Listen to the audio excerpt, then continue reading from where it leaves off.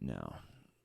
So Dave and I were just getting acquainted, and Dave, maybe you can fill the listeners in. What happened to you? You explained that life happens, and it happened to you. And so, what Well, happened recently? it does. I had a wonderful weekend, special Valentine's planned for San Antonio because living in the Maryland area, it's pretty cold this time of year. And a couple of weeks ago, I looked at the weather in San Antonio and it was 70s, and that sounded good. And darn if I didn't schedule the visit for the polar vortex. I guess it saw the same thing and came down, and my weekend in San Antonio has turned into a week-long adventure. Yeah, and it's funny when you said that. I didn't even consider Texas and everything, the weather in Texas, because outside right now there was a sheet of ice on my car like this morning and everything, and it was just hailing. I may have seen hail, I don't know, 3 or 4 times in my life, and it was coming down today, really big balls of ice or whatever. But I guess you're down that it's going on in Texas, not just up Well, here. yeah, we've got they had 5 inches of snow, and this is a city that doesn't have a snow plow.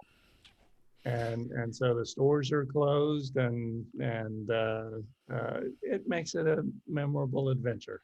I said to my wife yesterday, because I follow some people who are in Texas and obviously seeing it on the news and some of the accidents and everything.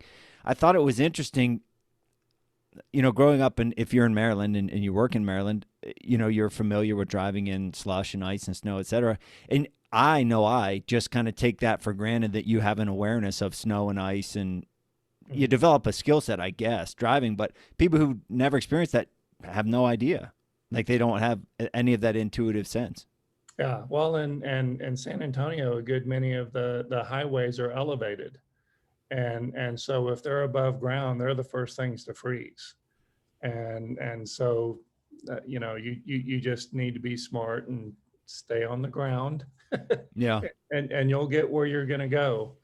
Ice is not friendly for anybody, but no, it's I grew up in San Antonio a good bit. My dad was military, and so gosh, until I retired from the army, this was the place I had lived the most. And so in a way, it's coming back home. Yeah. Well, what brings us together, I'm excited to dive into it. I've spoken about my brother on the show a fair amount the last year and a half, and I recently went with him down to Texas to MD Anderson, and he had a trial treatment. He started trial treatment for his cancer, and we stayed at a Fisher House, and it was a I don't even know the right word, but it was just an awesome experience from top to bottom in the actual services that you all provide, but then also the people that were there, and also when you take a look at the world and the news, it's just so negative and just crappy. And this was a spot that just made you feel good, like being there and seeing the people and the strangers working together, coming together, and people like providing these services and food and housing for us for free. It was awesome. And so I made a post about it, and someone had reached out, and here we are talking. Well, and thanks for that opportunity. At Fisher House, I consider us to be in the blessing business, and we know that life happens. When you get that call, you learn that a loved one is ill, wounded, or injured. You want two things: you want the best medical care possible, and you want to be there.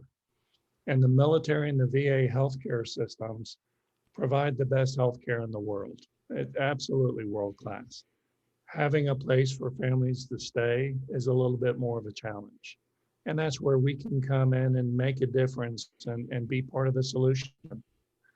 The program was founded by a man of the name Zach Fisher, and that's why it carries his name. When he learned that there was a challenge, um, he wanted to bless the people who served our country. And he went to the chief of naval operations, Admiral Carl Trost at the time. And he said, Admiral Trost, what can I do that would be a blessing, not just to the Navy, but all the services? And being a good leader, he went to his staff and said, okay, guys, here's the offer. What do I tell the man?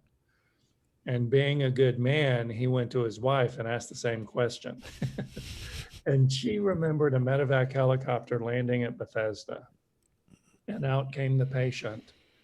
And then behind the patient, out came some family members with a suitcase.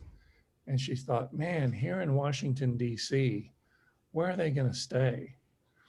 So the answer came back to Zach, we need something like a Ronald McDonald House. And Zach said, I'm a builder, I can do that. And Zach actually wrote a personal check for the first 20 plus houses. And that's why the program carries his name. And initially, it was just for the military. And as we went through the process, we asked the VA, could you use something like this? And they came back and gave us a list of 70 some odd places and said, yeah, we could use them here. And we had to say, okay, we're good. We're not that good. Give us your top 10. and that way we know we're always building in the right community. Mm-hmm. That we don't become a status symbol or a prize, that we're really making a difference.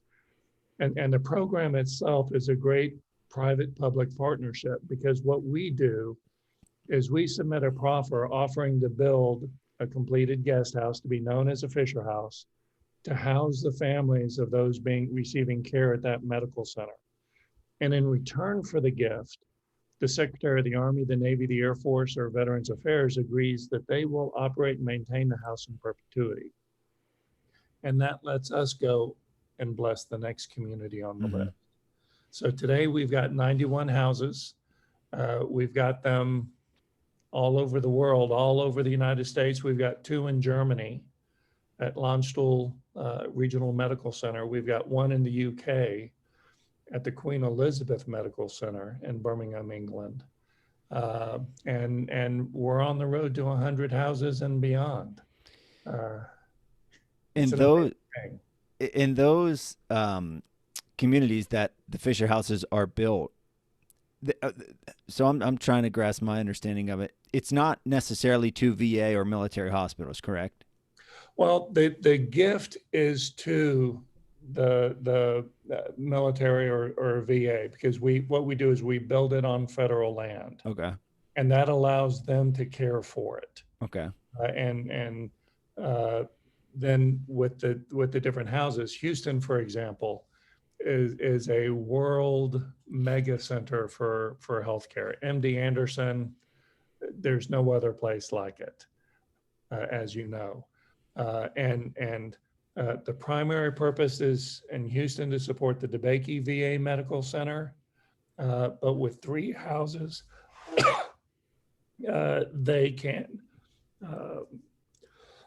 excuse me, they can also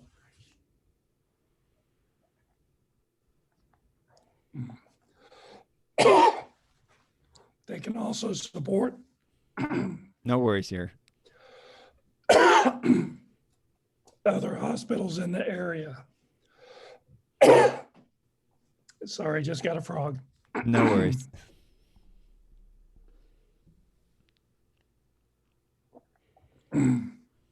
But one of the neat things is that with the DeBakey VA Medical Center, when we were first building there, they actually gave me a tour of the hospital, and we talked about their workload. And I went to have lunch and had lunch with Dr. DeBakey and Dr. Winardi, who headed up the Texas Medical Center, and they were the champions for the houses in Houston. Mm-hmm. And I said, well, I've got some good news and bad news.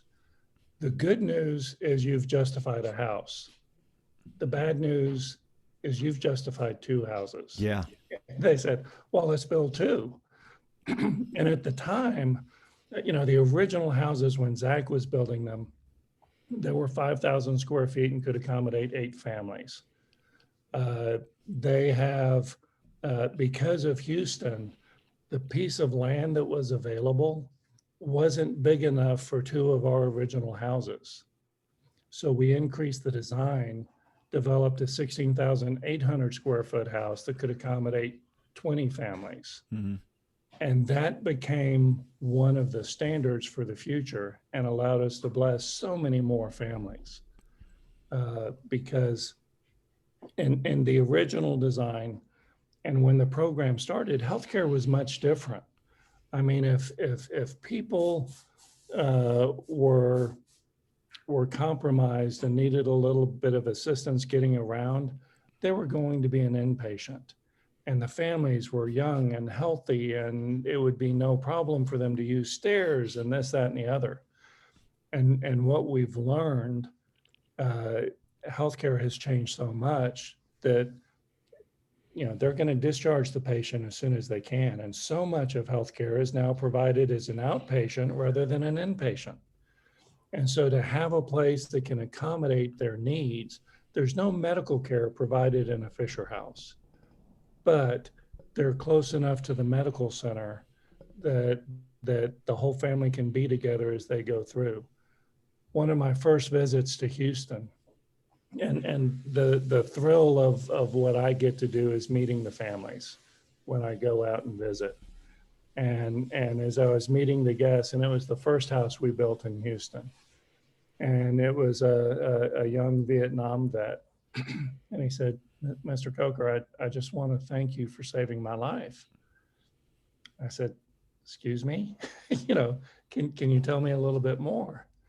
And he lived down in the valley a few hours away, and he had been diagnosed with cancer. And he was told he needed to come to the big city, to Houston, to receive his care.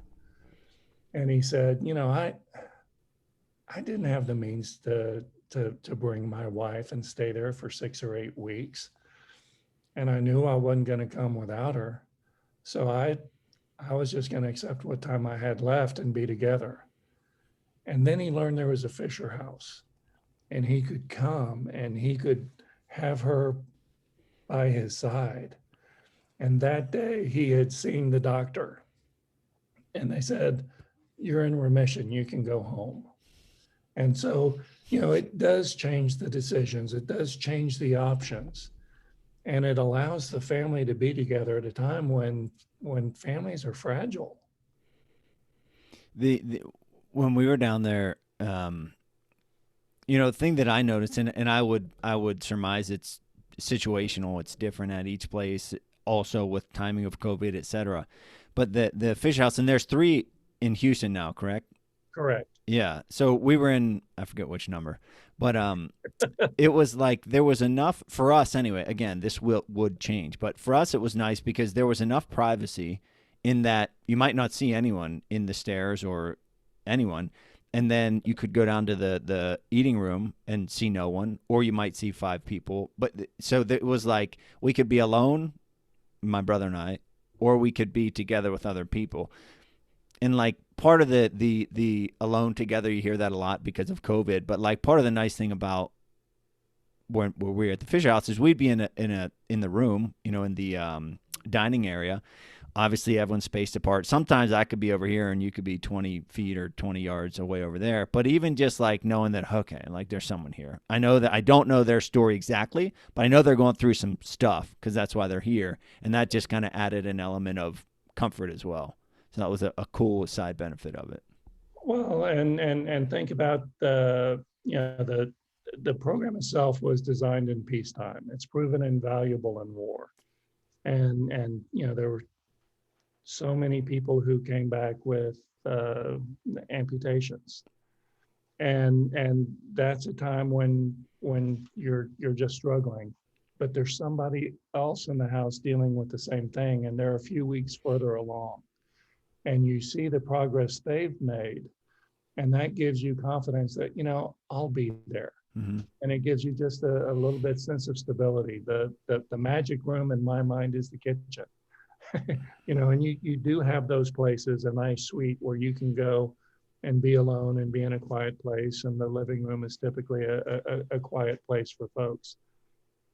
But it's those normal activities of living, being able to get a cup of coffee and just the introducing yourself to somebody new. Oh, so you're new in the house. Where are you from? What are you here for? and being able to talk it out is well, it helps everybody, and it gives them that strength and stability to support their loved one.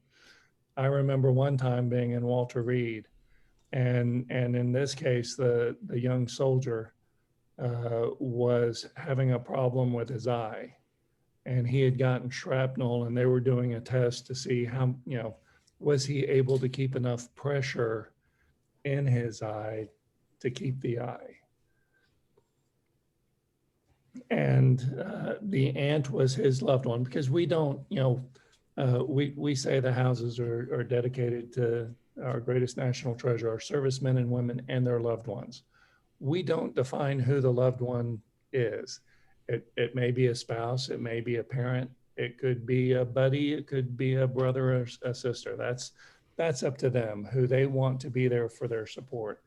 In this case, it was the service member's aunt, and she came in, and everybody knew that this test was happening, and they go, "How'd it go?" And she just lost it. Mm-hmm. And after about 30 seconds, they said, "Okay, John's coming in." And he walks in, and it was like, you put a hand across her face, the tears were gone, and they were strong for him. Mm-hmm. And it's an amazing environment.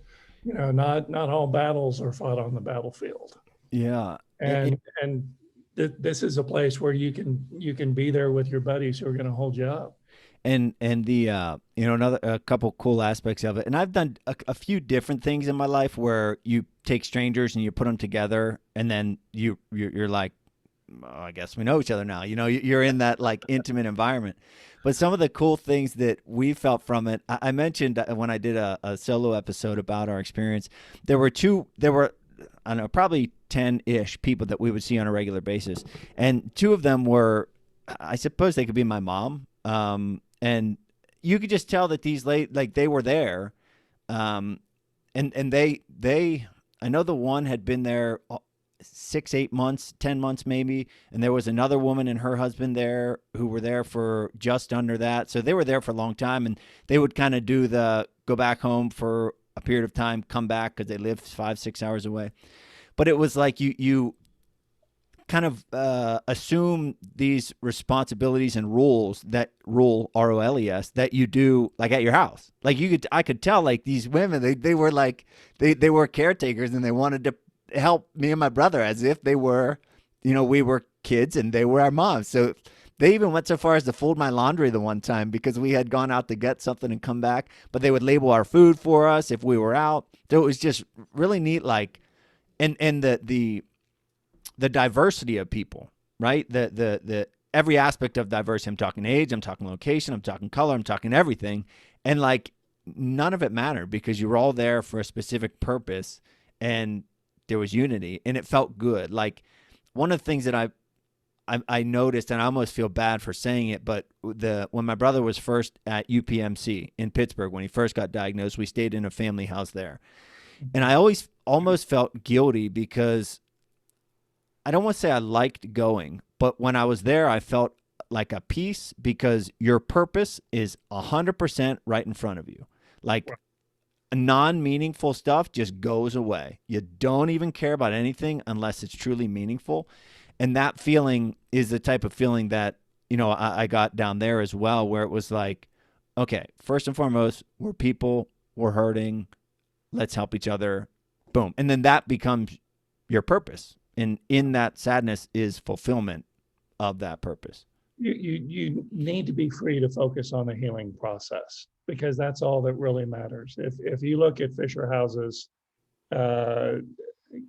nationwide, average length of stay is between 7 and 9 days. The longest length of stay we've had is 4 years. And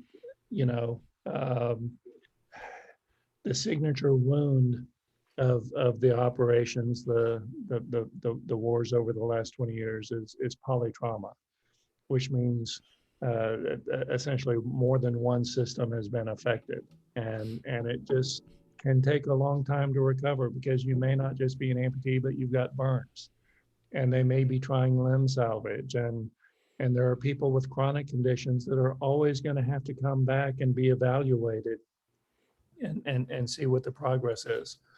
The the stay of 4 years with somebody who got a MRSA infection, and they ended up becoming a quad amputee.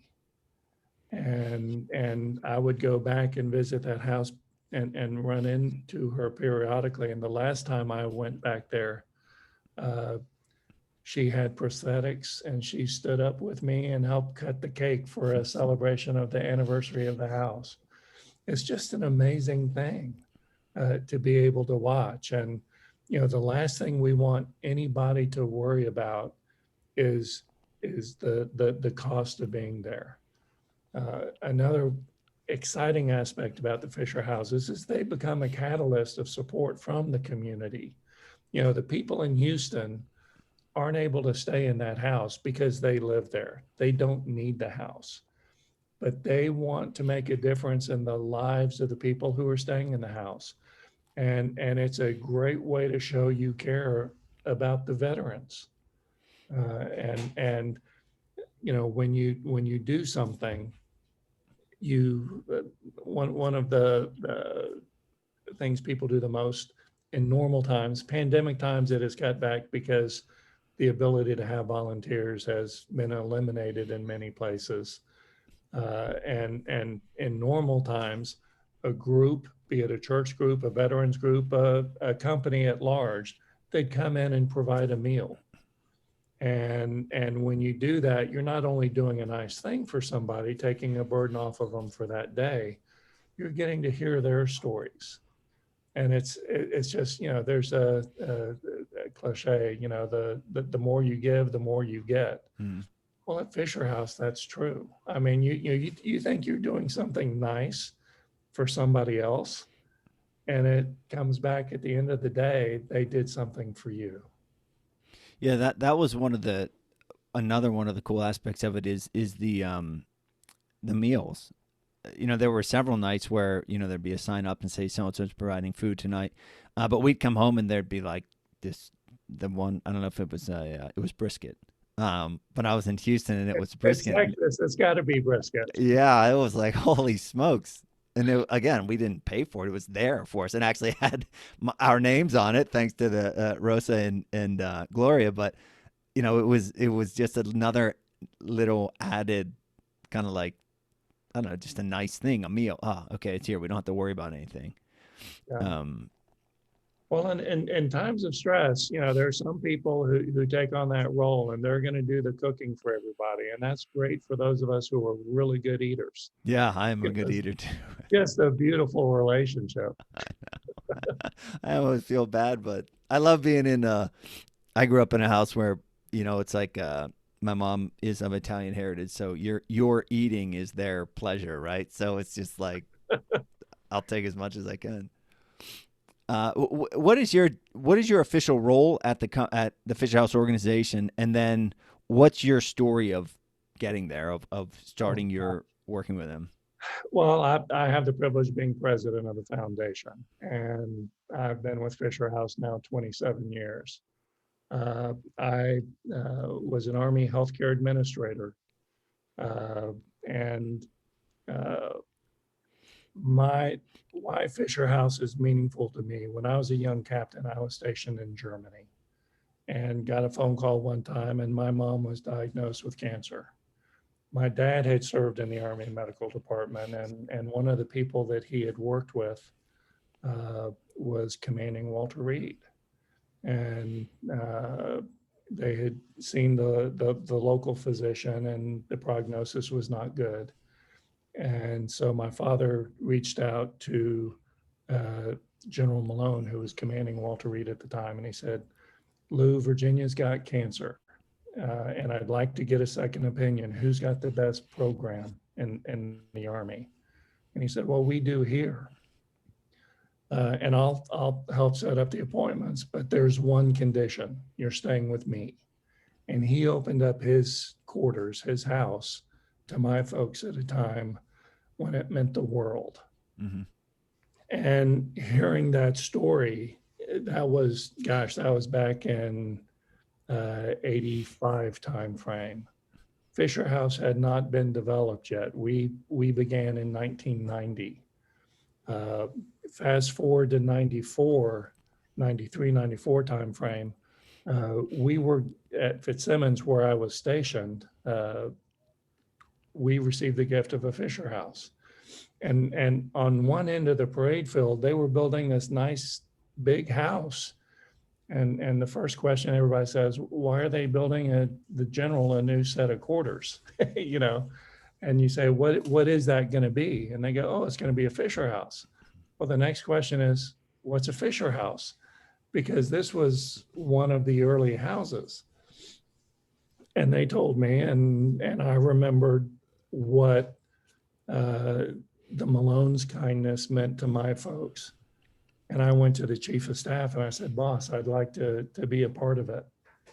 And he goes, Coker, knock yourself out.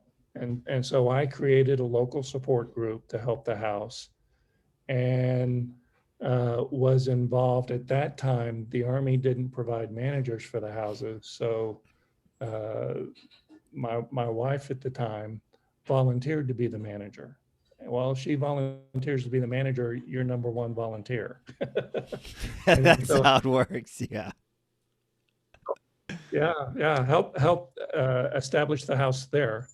And boy, I remember our first Thanksgiving at Fitzsimmons. It's now closed, but at the time, that Thanksgiving, we had 5 families in the house. It had the capacity of 7 families, but they were all NICU babies. And talk about people counting their blessings. Mm-hmm. It's a time I'll never remember. But when I started that local nonprofit, I called it Fisher House Foundation. I had done a search on the internet at the time and it was available, and I took it. And a few weeks later, got a call from some folks in New York who worked for Mr. Fisher, and they said, Fisher House Foundation, like the name. I said, it's yours. I'll change the name of my group. And a couple of weeks later, they sent out a letter saying that they were establishing a national foundation to support Fisher houses. And if anyone was interested, send a resume. And I did. And I was lucky enough to be selected. And I was the first employee. And for the first year, I was the only employee. Wow. So proofreading wasn't the best. It's gotten better since then. Yeah. And as we've grown, we've always tried to maintain a sense of humility, a sense of, when people support the program, they're not giving it to support us, they're giving it to support the people we serve. And it's just an amazing thing to be a part of. We've learned a lot from the people who've graced our houses, and we've seen what the roadblocks are and what the obstacles are. And one of the early on with the war, the government would bring in up to 3 family members to support their loved one who was wounded. And people would come into Bethesda, and you get that call, you want to get there right away. You're not thinking about what you need. You're not thinking about paying bills. You're not thinking about anything other than getting there. And what would happen is, after their loved one was stabilized, they'd say, well, hey, I need to go back home to take care of a few things. Can you help me out? And I said, yeah, we'll give you a ticket back. And they were just going back for a little while. What they didn't realize is, when the government provided that airfare back, it was a situation where that cut off the support the government could get them. And so people were struggling with being there throughout their loved one's recovery and still needing to get back and forth. Yeah. And so we created Hero Miles, where people would donate frequent flyer miles. Oh. We provide the tickets to get them back and forth in those interim things, and they still get to maintain the support from the government. Well, we've used 2 billion miles and have provided over 74,000 tickets using that. And it's, again, people have to be there. and they shouldn't have to go into debt for the rest of their lives to support their loved one. It really is amazing. Like St. Jude's Hospital or Ronald McDonald House or Fisher House Foundation. Like it's just reassuring to humanity that you those organizations exist because it is it's pure selflessness. Like like it's just good for others, and it's awesome to see. And I'm really fascinated. I read a ton of books, and I love looking. Okay, so there's a final product that is the Fish House Foundation. There's the final product that is Nike. There's the final project that is the UFC. I'm interested in like the starting point until the finished product was finished, right? All of everything that went into it. And so I'd like to hear a little bit about that, the growth of the Fish House Foundation, not necessarily growing pains, but if there were growing pains.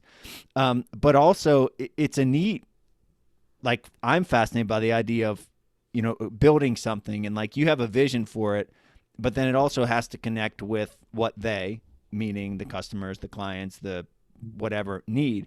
So while the vision of the Fish House Foundation was there to help and support the military and their loved ones, you were also like very receptive. You could just learn as you go. What do they need? It's like, hey, we have this basic thing here, and then you're going to let us know what you need, and then we're going to do our best to provide it. Because being up close and personal, you realize kind of what you just said. They have to go back and take care of bills, et cetera, et cetera. You have to provide a solution to that problem. So I'm sure there was a lot of learning on the go throughout all of this. Well, and when Mr. Fisher first established the program, he did quite a bit of research. He visited the Ronald McDonald houses and some of the other options. They talked with guests who had stayed in the Ronald McDonald house. And so the first concept was a good one. The as things evolved, there are just key things you see. Um, the fact that in the original house, it was designed with 7 or 8 suites, depending upon if the manager took an office or had an office outside in a common area. It was designed with 2 handicap suites, and it consisted of a bedroom and a sitting room. And what happened was, as we went through the process, people come in at different times because the handicap suites were a little nicer than the other rooms in terms of having more space.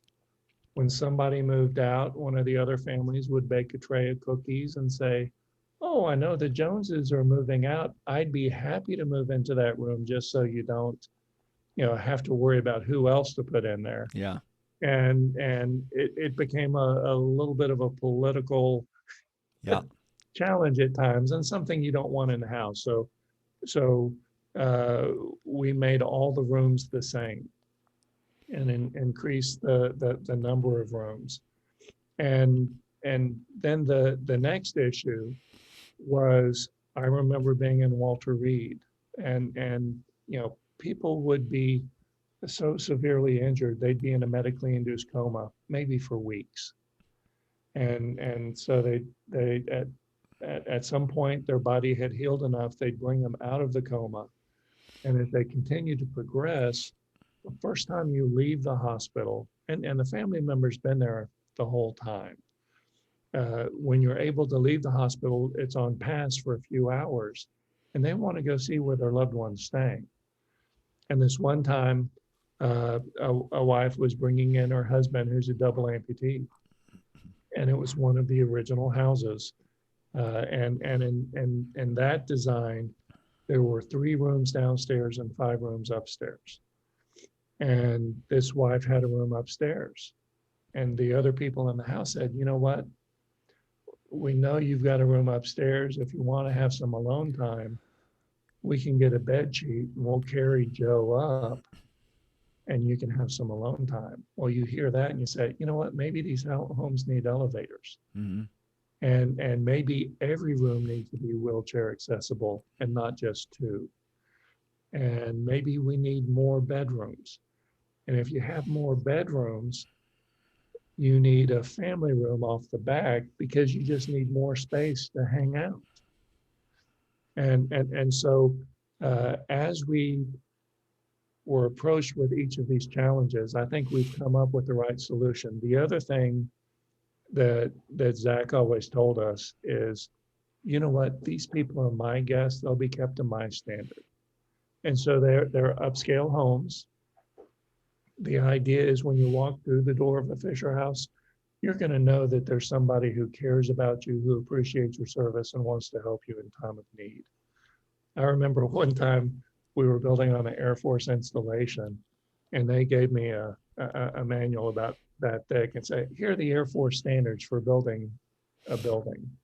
And it's like, well, we're not going to need that. Thank you very Yeah. much.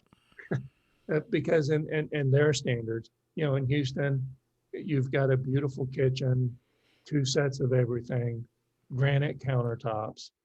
And in the Air Force standard, counters will be Formica. Well, no, we want that. We want you to know that we value you when you walk through the door, and it's going to be a nice environment. So don't tell me we have to do less than what we can. That was one of the 100% one of the first things that we noticed and what we said was how nice it was. Like it felt like an upscale hotel lobby. Like when you walk in a hotel lobby and it's very like pristine and clean and the granite you mentioned and it was like I believe there were pillars of some sort. Maybe it was at the base of the steps or something, but it was just really nice. Yeah, yeah, and we want to, the pictures are unique to each house. The paintings that hang there are done specifically for that house, and a lot of thought goes into it. And in Bethesda, at Walter Reed National Military Medical Center, we actually have 5 houses, and one of those is for patients who are receiving care in the National Intrepid Center of Excellence, a sister charity, another part of Zach's legacy, donated that to the government to help provide treatment for those who are having challenges transitioning back into society. And so we brought in a psychologist to go through the house and take a look at the artwork. there's a pastoral scene, and it's a shed and a prairie. And I remember he said, you know what, that's kind of a somber scene. It's a little too somber for this. And so we brought the artist back in, and they added windows and a few changes to the same painting, Yeah. made it a happy shed and a pastoral. What a like intricate detail. I don't. I'm thinking, holy smokes. Um, I mean, maybe that's normal. I've never heard anyone explain that before, but that's like a really intricate detail. That Well, we have great leadership. The Fisher family is remarkable, and Zach was the initial chairman. His legacy is continued by his grandnephew Ken Fisher, and these are people who've been very successful in real estate in New York and across the country, and this is a priority for them. They're our best volunteers. They're available 24/7.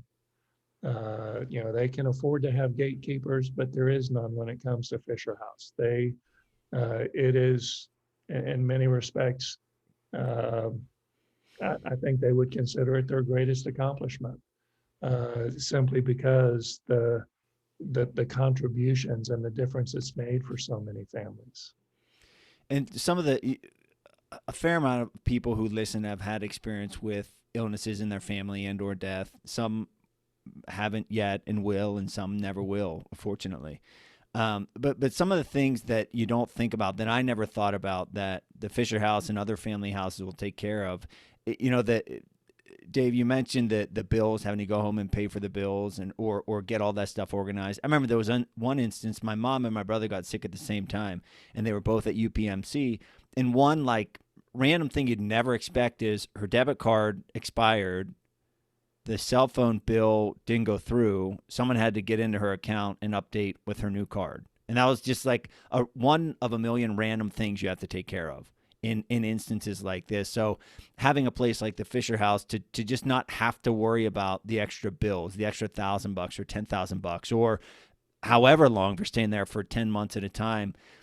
Yeah. Also the food, also the laundry, like having laundry on there and knowing that like, okay, it's going to be open and just a lot of little things like that help to ease your mind so that you can focus on health, right? Focus on, and also the travel back and forth to the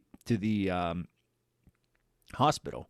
You know, we were fortunate because we were at MD Anderson, and I think it was a mile, 1.2 miles or something like that. But it was easily navigatable, and you're there and back maybe 2, 3 times during the day. Parking was a really positive asset of the Fisher House as well, because there was not a parking problem. There was a gate. You flashed a thing, you boom, boom.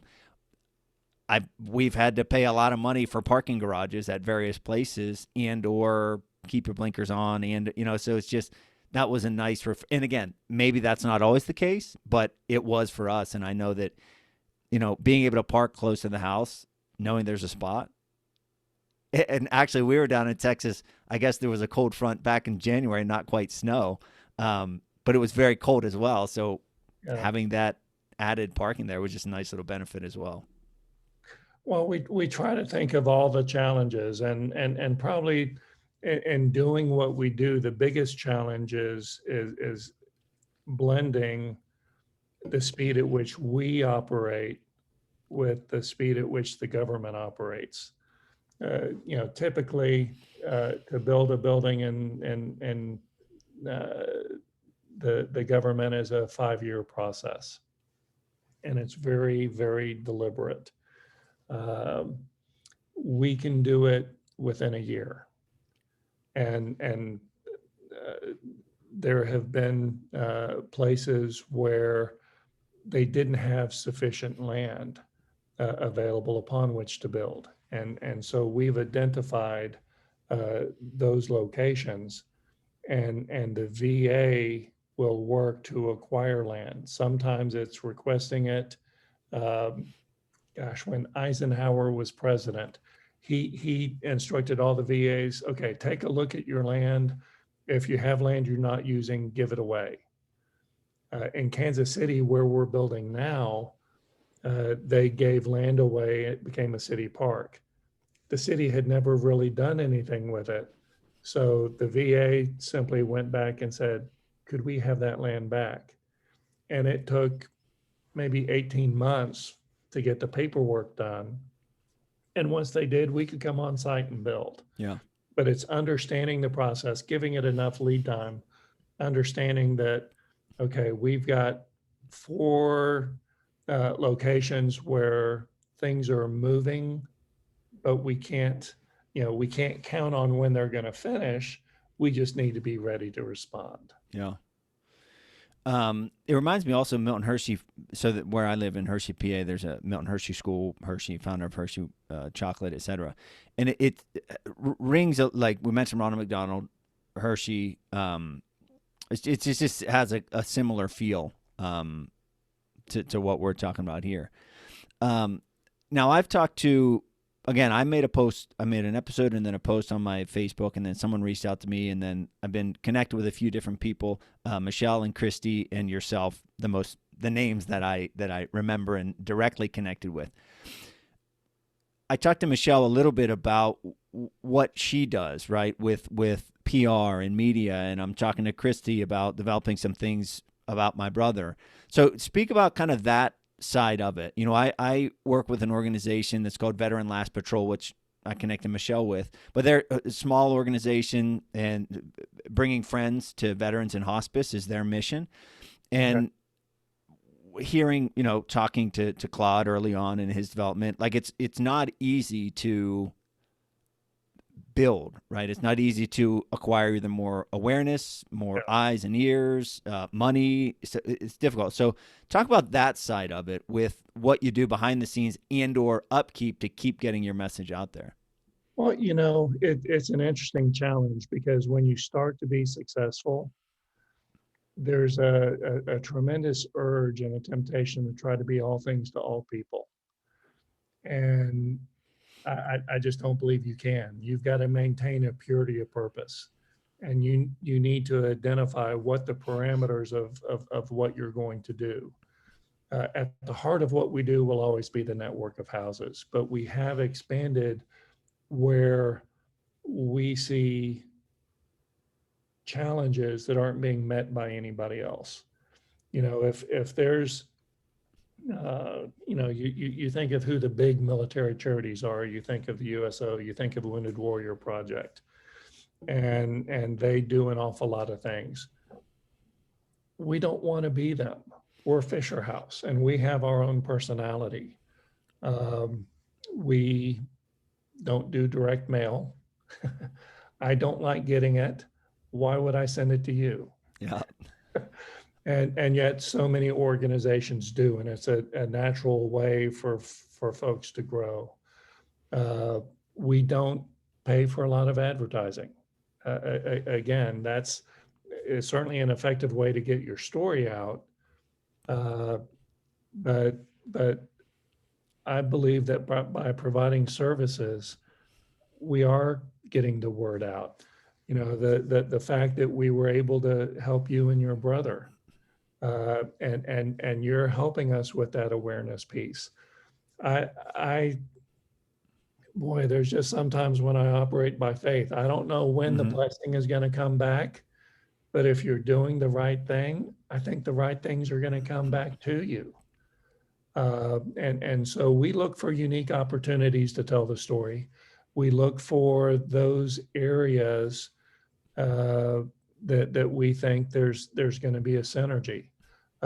One of the things Michelle does, we've got programs we do with radio. There's tremendous power in radio and podcasts because the people who watch you have a relationship with you, and when you tell them something, it means Yeah. something. Yeah.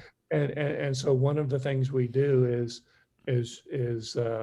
the other thing we're very hesitant to do is ask a family to do something. If they come and volunteer, we love to have them tell the story, but the people we're helping have enough on their plate. The last thing they need is for us to say, "Oh, would you come do an event for us?" Mm-hmm. So we just let that happen naturally. Um, but we do a radio program where we have a series of vignettes that educate people about the gift of one's service in the military, the gift that of the sacrifice their families make, and the gift of Fisher House and the difference it makes when life happens. And we produce it for a very reasonable fee, and we share it with radio stations who play it for free. Mm-hmm. And it's something that plays at year's end, and it gets the word out. And then as we build in communities, we look for partners to share the story.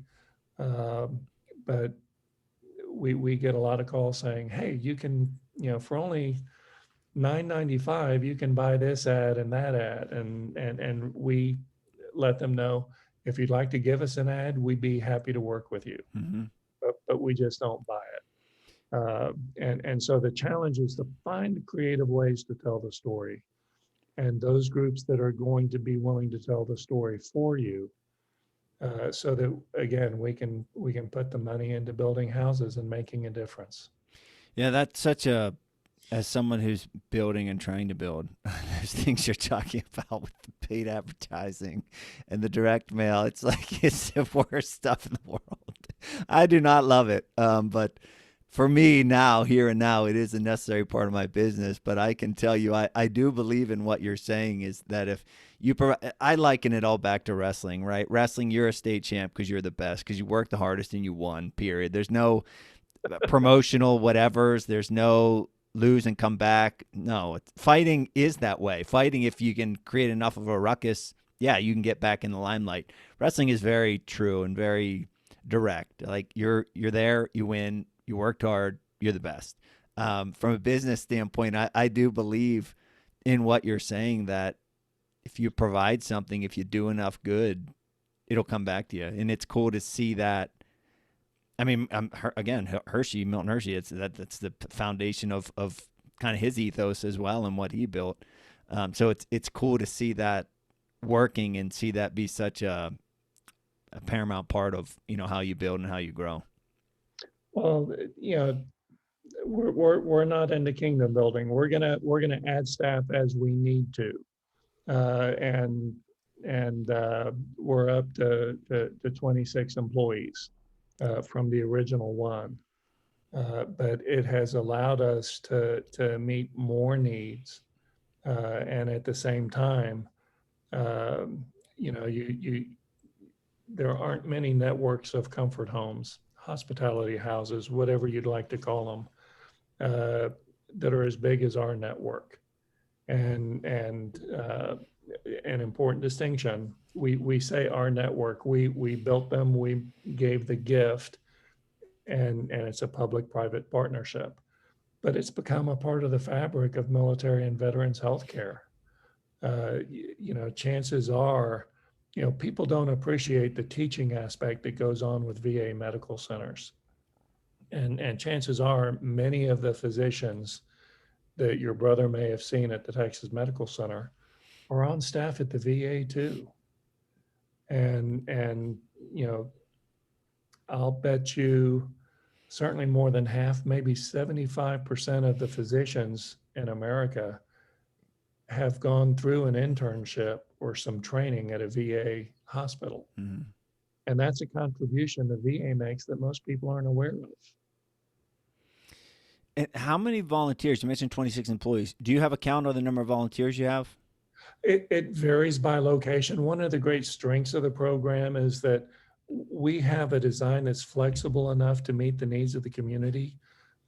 Houston, very diverse group, very complicated medical care going on.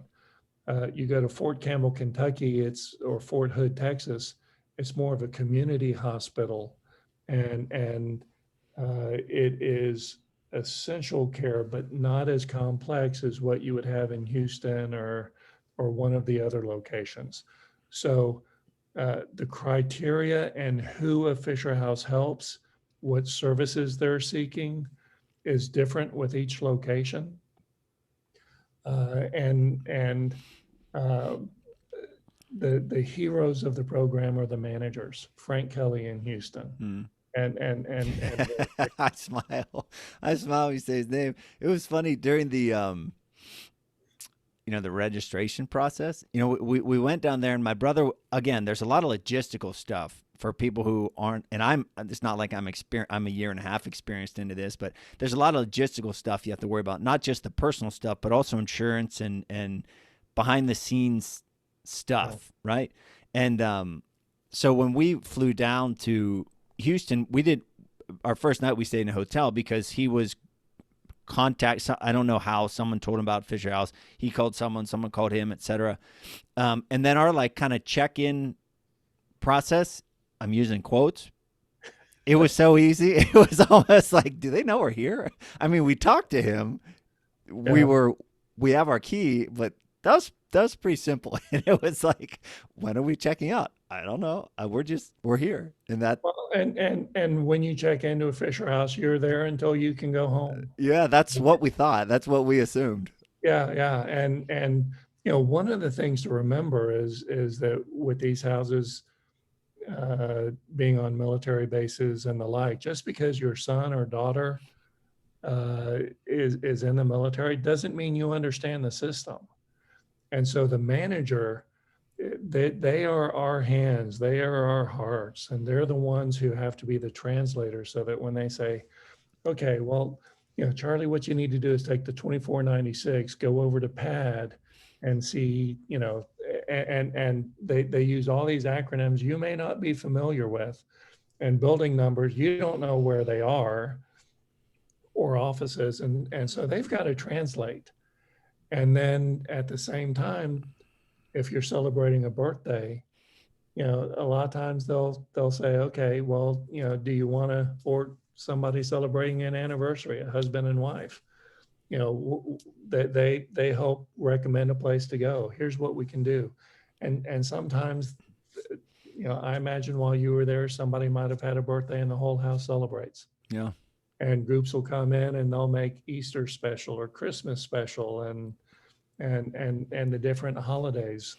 It's just a really neat thing. But the managers do such a great job, and I we just have a certain kind of person that's drawn to the program, and uh, they are our heroes on the ground. And it really helps, like, and I volunteered more in, the last several years probably than I ever have. Still not, not like a lot, but more than I have before. And it's one of those things where, I work a lot with kids, and confidence and lack of confidence, lack of self-esteem is, such a big problem with young people. But the doing things for other people, it's so intrinsically rewarding that it just, that period, like just that statement. So the volunteer that you have, or if someone's looking for an opportunity to volunteer, and or someone is dealing with a lack of self-esteem and a lack of confidence, and you simply want to increase your happiness, volunteering for good organizations that do good things for people is like one of the surest ways to get there, to develop that. Well, and the big challenge now with the pandemic is that uh, first priority is protecting the patient and their families. And so there was a period of time when many of the houses had to close because uh, they need to protect all the patients in the hospital. And what happened is several of the houses converted to housing well staff. Those people who may have people who could be compromised at home, or their shifts were coming so fast they needed a place just to rest and get back to shift the next day. And we've provided thousands of nights of lodging that way. Across the country, programs are coming back at a different speed and go back to the flexibility and how each house meets the needs of its community. The best thing to do if somebody wants to volunteer is go to fisherhouse.org, which is our website, and then look under houses, and we have a directory there. And they can call their local house to see what the status is if they're accepting Mm-hmm. volunteers. Some locations can be operating at full capacity. Others are operating at half capacity. And it's just, we ask people to be patient because uh, you know we need to support the process and the medical center and keep people safe. And if part of that is not having Yeah. volunteers at this point, uh, by all means, give your information to the manager, and when they can open back up, I promise you they won't be shy about calling you.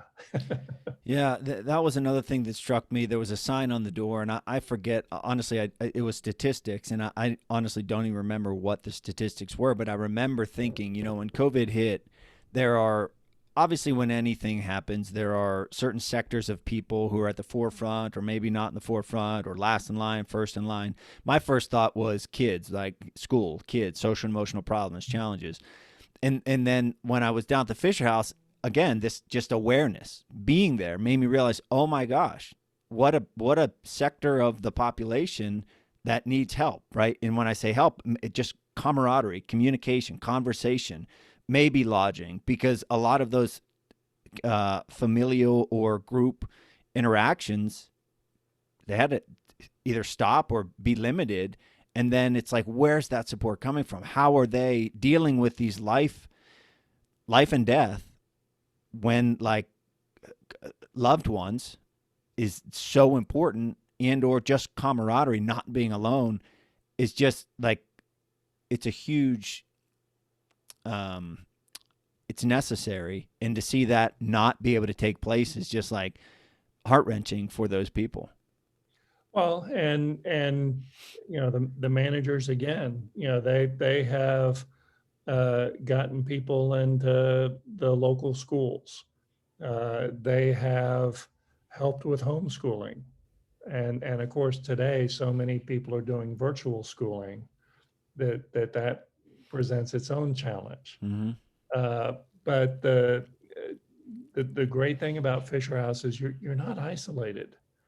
You know, and one of our boy, I'm grateful for every house, but there are two great accomplishments in my mind that I'm just a little bit more proud of. One is the first house we built in Germany, and back at the time, the USS Cole had happened, and the Africa embassy bombings had happened, and all the people injured in that went through Landstuhl first.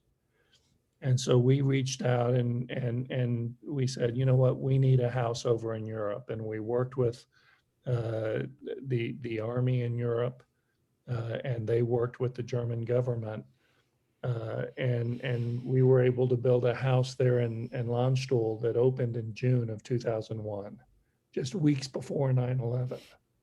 And the role that house has played, we in October of 2001, we started work on a second house, Mm-hmm. and those houses have just blessed so many people. The other is at Dover Air Force Base, and Dover is where the Air Force has its mortuary. If you've seen the pictures of the plane with the casket and flag draped casket, and they do a very special ceremony called the dignified transfer of remains. Mm-hmm. When President Obama was in office, he opened that ceremony up to the families. And so families were coming in and they'd be put in a strip hotel, a Comfort Inn, a Holiday Inn, great, great service in terms of for what they do. But this is the last interaction a family is going to have with the Yeah. military. And being isolated in a strip hotel is not the way you show you care. And the Army Surgeon General went up, participated in one of those, and they said, you know what? Have you ever thought about asking Fisher House if they'd help? And up until we built a house there, you'd go to the hotel in the middle of the night, typically, a van would come, you'd go through security out to the flight line, and it was just a very sterile thing. And we built a special 9 suite house there with a pavilion where folks could start the healing process. A lot of times healing starts with sharing a meal and telling stories about when Bobby jumped off the roof with a sheet thinking he was Yeah. going to be airborne, Yeah. and it's a place where, again, when you walk through the doors, you know that there are others who want to honor your loved one's sacrifice and your family's sacrifice. And that's the one house we would love to be empty all the time. But we've had the privilege of helping thousands of families and thanking them for their loved one's service. Yeah. But that said, every house really is special. Yeah, well, I start to wrap up here, but I appreciate you being here. I appreciate everything Fisher House does for both my family, but also families in general. I think it's such a needed thing and such a comforting, reassuring. It's like it fits what's needed, and I think that's awesome of you all. And I'm excited, like personally, to continue to talk to you and Michelle and Christy and share my brother's story and I don't know. It's just awesome, and I'm glad to be able to help in any way that we can provide the message and services that you're all doing. Well, and so appreciate this opportunity and your willingness to help share the news because uh, you know again, we're in the blessing business. We're grateful that Frank took such care of you and his staff, and we know that in the future life is going to continue to happen, and we just want people to know there's a resource like Fisher House to help them because uh, when you get that phone call, your mind goes into a different mode. And if you're not aware of the resource, uh, you're going to go through a little bit of stress that you don't need to. But by sharing the word, again, somebody's going to hear it. They're going to want to help, Yep. and they're going to bless another family. And you mentioned fisherhouse.org as being the website. Are there any other notes or place you'd like to mention in there too? That's the best place to go. We put all the information there. It's geared primarily for people who need a resource so that they can learn more. But at the same time, if somebody would like to support us in helping us build another house, and bless another family, we're grateful for that. Since inception, we've now helped over 415,000 families, and we've saved them over $500 million. It's taken us 30 years to do that. I think in the next 10 years, we'll be able to equal that, because as we build more houses, you can just help more people. Yeah. Well, I know my brother's coming down to Houston again here in the future, so there's a good chance he'll be staying there and partaking in everything. So, Well, I enjoy the brisket. well, oh, he, I don't know if I'll be going with him this time, but I'll see if he Okay. can bring some home for me. But I appreciate your time and everything you all are doing. Well, thanks. I appreciate the opportunity. Take care, Charlie.